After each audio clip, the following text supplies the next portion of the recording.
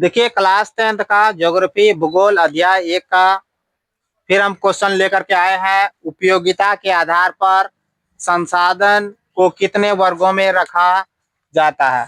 Question पूछेगा किसके आधार पर? उपयोगिता के आधार पर। क्वेश्चन यही रहेगा। अब बाकी बात, उपयोगिता के आधार पर संसाधन के कितने वर्गों में रखा जा सकता है, तो कितने वर्गों में?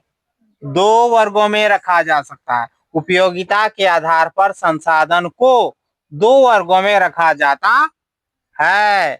एक है नवीकरणीय संसाधन, एक है अनवीकरणीय संसाधन। अब नवीकरणीय संसाधन क्या? वैसे संसाधन जिन्हें भौतिक, रासायनिक या यांत्रिक प्रक्रिया द्वारा नवीकृत या पुनः प्राप्त किए जा सकते हैं। मान लो ऐसे संसाधन है जिनको प्राप्ति करने के लिए पुनः प्राप्त कर सकते हैं, यानी दोबारा यानी बार बार प्रयोग कर सकते हैं। एक बार प्रयोग करने के बाद बार बार प्रयोग कर सकते हैं। कहने का तात्पर्य यही है। अब क्या है, जैसे सौर ऊर्जा यानी सूर्य ऊर्जा, यानी सूर्य से ऊर्जा आज से प्राचीन काल से आदमी लेते आ रहा है, खत्म हुआ नहीं। हम लोग का घर में वाला जो बिजली है वो खत्म हो जाता है, लालटेन का तेल है वो जो खत्म हो जाता है, लेकिन ये ऊर्जा देते रहा। कब तक देते रहेगा? हम लोग का जिंदगी भी खत्म हो जाएगी। और उसके बाद पवन ऊर्जा, पवन से भी ऊर्जा उत्पन्न होती है।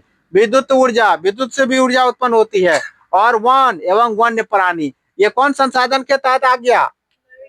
नवीकरणीय संसाधन। एग्जाम्पल में यही रहेगा। सौर ऊर्जा पूछेगा, ये तो सौर ऊर्जा है, ये अनवीकरणीय में आ जाना चाहिए। नहीं, ये सौर ऊर्जा है, इसको फिर प्राप्त कर सकते हैं। पवन ऊर्जा फिर प्राप्त कर सकते हैं, विद्युत ऊर्जा फिर प्राप्त कर सकते हैं, और वन एवं वन प्राणी इस चीज को पुनः प्राप्त कर सकते हैं।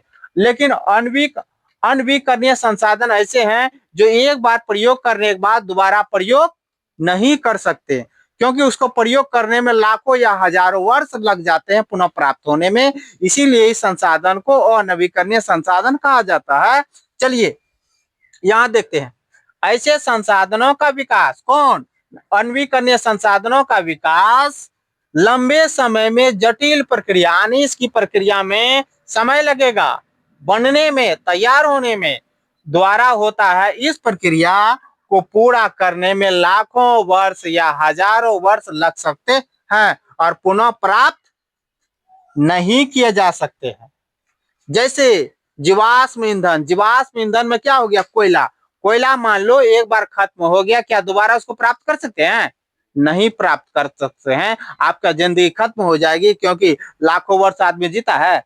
नहीं जीता है, ना हजारों वर्ष जिएगा। इसलिए इसको पुनः प्राप्त नहीं कर सकते हैं। पेट्रोल, पेट्रोल को भी पुनः प्राप्त नहीं कर सकते हैं। उसके बाद प्राकृतिक गैस, ये 3 चीज है। और नवीकरणीय संसाधन में 3 ऑब्जेक्टिव में आता है। कोयला, पेट्रोल, प्राकृतिक गैस कौन है? और नवीकरणीय संसाधन है। और कभी कभी वो नहीं पूछ देता है जीवाश्म ईंधन। जीवाश्म ईंधन जिसमें जीवाश्म हो जो चलता है, नहीं कार्बन। जीवाश्म का अर्थ क्या होता है? कार्बन की मात्रा जो जलता है ना। कोयला तो आप लोग को पता है ना, कोयला 4 प्रकार है। धीरे धीरे वीडियो देखते रहिए, लाइक कीजिए, सब्सक्राइब कीजिए और वीडियो को शेयर कीजिए, ज्यादा से ज्यादा मात्रा में फैलाइए और बिहार बोर्ड का आनंद लीजिए।